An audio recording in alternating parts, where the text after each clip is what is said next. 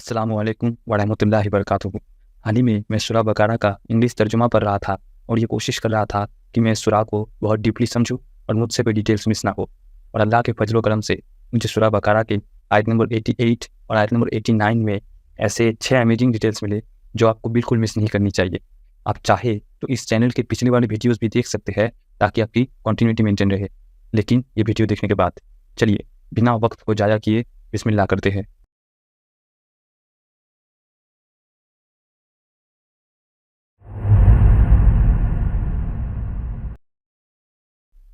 आयत नंबर 88 में हमें पता चलता है कि यहूदी प्रोफेट मोहम्मद सल्लल्लाहु अलैहि वसल्लम से कहते हैं वकालू कुलूबुना गुल्फ। अलग अलग तफसीर स्कॉलर्स का इस बारे में अलग अलग ओपिनियन है।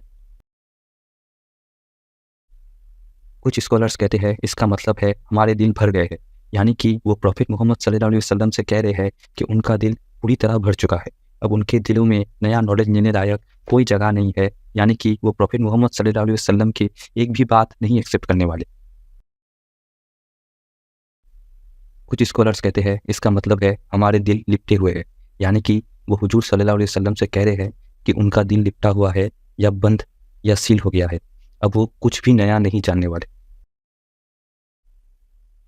आयत नंबर 88 में ये जो वर्ड यूज़ होता है लान, इसको नॉर्मली ट्रांसलेशन में कष्ट या लानत कहा जाता है, लेकिन स्कॉलर्स कहते हैं लान मतलब है कि अल्लाह के रहमत से बहुत दूर कर दिए जाना। अल्लाह सुब्हानहू तआला आयत नंबर 88 में कहते हैं कि अल्लाह ने उनके कुफ्र के लिए उनको कष्ट दिया या लानत दिया। ये जो बात यहूदी कहते हैं कि हमारा दिल लिपट गया है या बंद हो गया है या भर गया है, ये असल में यहूदियों पर अल्लाह का कर्ज है क्योंकि उन्होंने कुफ्र किया। अगर आज किताब तौरात इस दुनिया में होता और वैसे ही रहता जैसा मूसा अलैहिस्सलाम को दिया गया था, यानी कि तौरात अपनी फुल्ली प्रिजर्व्ड फॉर्म में ही होता और बिल्कुल भी टेम्पर्ड नहीं होता, और अगर आज इंजील भी अपने प्योर फॉर्म में होता, तो क्या हम उन किताबों को फॉलो कर सकते थे? जवाब है नहीं। हालांकि तब सब कुछ सही ही होता उन किताबों में, लेकिन हम उन किताबों को नहीं फॉलो कर सकते क्योंकि कुरान ने पहले की आई हुई किताबों को ख़त्म कर दिया।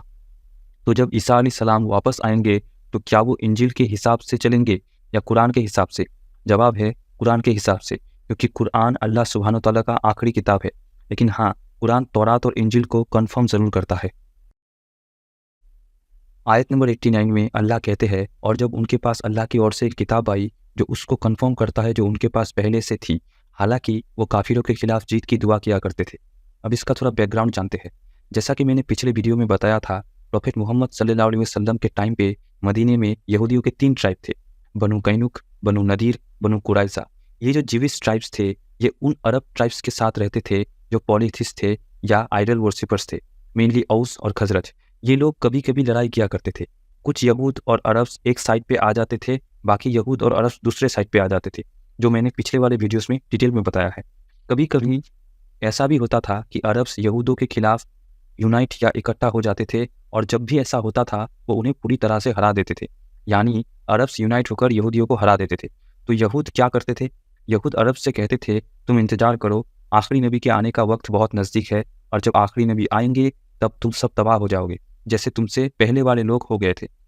तो ये वही लोग थे जो आखिरी नबी के आने के इंतजार कर रहे थे, लेकिन जब वो आए तब यहूदियों ने डिसबिलीव किया। आयत नंबर 89 की एक तफसीर के मुताबिक पहले यहूदी जीत के दावे और धमकी के तौर पर पैगंबर मोहम्मद सल्लल्लाहु अलैहि वसल्लम का नाम इस्तेमाल करते थे।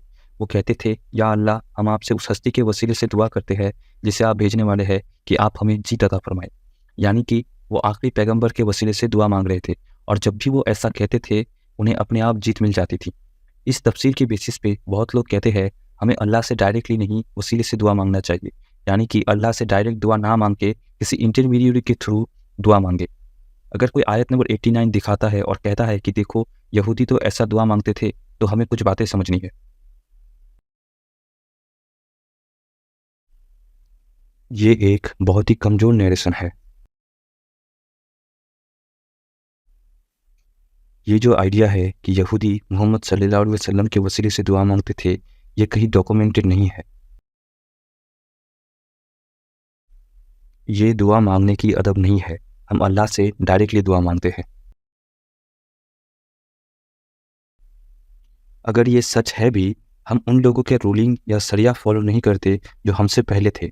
हम कुरान और सुन्ना को फॉलो करते हैं। فائنلی ہم مانتے ہیں کہ ہمیں اللہ سے ڈائریکٹلی مانگنا چاہیے، لیکن ایک چیز جسے توسل کہتے ہیں وہ جائز ہے۔ توسل کا مطلب ہے اللہ سے مانگنے کے لیے کسی اور چیز کا سہارا لینا۔ توسل 3 طریقے کا ہوتا ہے۔ اللہ کے ڈیفرنٹ نام اور ایٹریبیوٹس ہمارے کاموں سے، کئی بار ایسا ہوتا ہے ہم کوئی نیکی کا کام کرتے ہیں جو ہمارے لیے بہت اسپیشل ہوتا ہے، اس نیکی کے صدقے ہم اللہ سے دعا مانگ سکتے ہیں۔ اور تیسرا، زندہ نیک لوگوں کے دعا کے ذریعے۔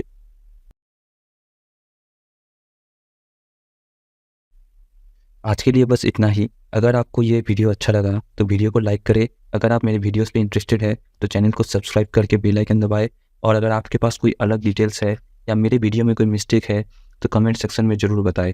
السلام علیکم ورحمۃ اللہ وبرکاتہ۔